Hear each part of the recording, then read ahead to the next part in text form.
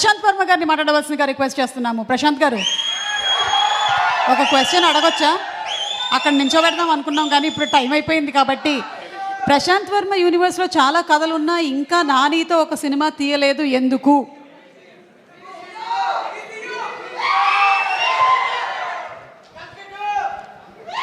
అందరికీ నమస్కారం అండి.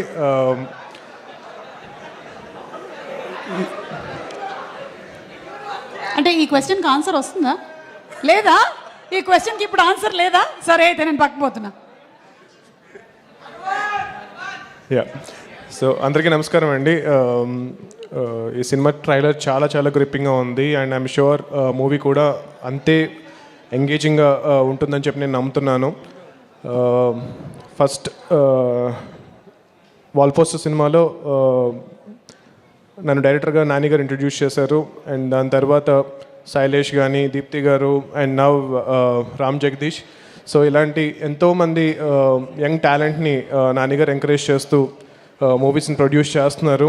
అండ్ ఆ సినిమాలు ఎలాగైతే previous films critically and commercially ఎంత పెద్ద సక్సెస్ అయ్యాయో ఈ సినిమా కూడా అలాగే చాలా చాలా పెద్ద సక్సెస్ అవ్వాలని చెప్పి నేను కోరుకుంటున్నాను.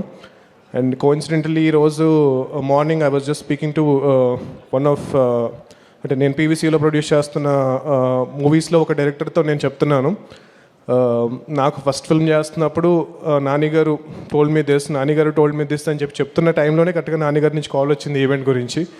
Such a coincidence and I learned a lot from him and not just as a person, as a producer, as a technician, అన్ని రకాలుగా కూడా